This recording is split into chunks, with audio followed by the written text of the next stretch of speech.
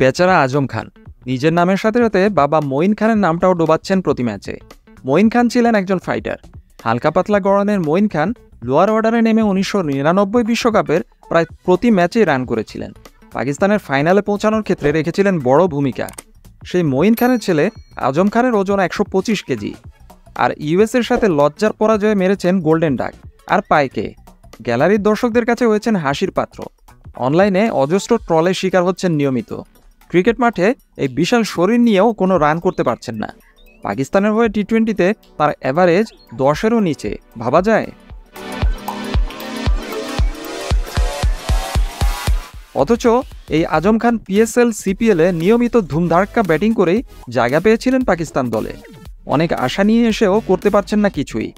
আজম খানের 125 কেজি ওজনের শরীরকে তাই টার্গেট বানিয়েছে নেটিজেনরা। এমনকি গতকাল ইউএসের সাথে ম্যাচে পাকিস্তানের ফ্যানরাই আজম খানকে নিয়ে গ্যালারিতে একের পর এক আপত্তিকর মন্তব্য করেছেন এবং ব্যানার পোস্টার শো করেছেন। গ্যালারিতে দেখা যায় কিছু দর্শক পোস্টার উঁচিয়ে ধরেছেন ক্যামেরার জন্য।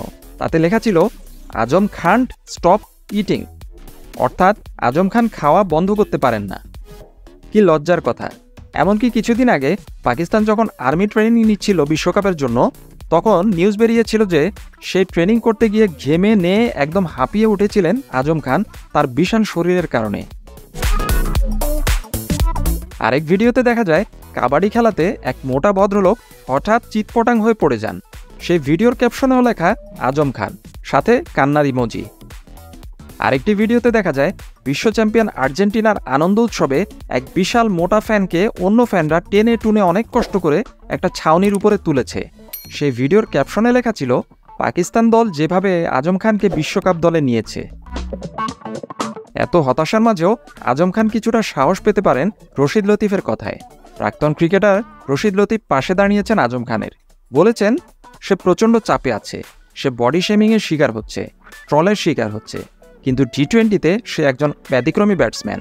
সে একজন ক্লিন হিটার। স্পিনের বিপক্ষেও দারুণ খেলে, পেসারদের বিপক্ষেও সে নিজেকে প্রস্তুত করেছে। আমার ছেলেটার জন্য খারাপ লাগছে, ওর বয়স মাত্র 25, সে এমন ট্রলিং ডিজার্ভ করে না। কে জানে, হয়তো এই আজম খানই একদিন পাকিস্তানকে কোনো শিরোপা এনে দেবে।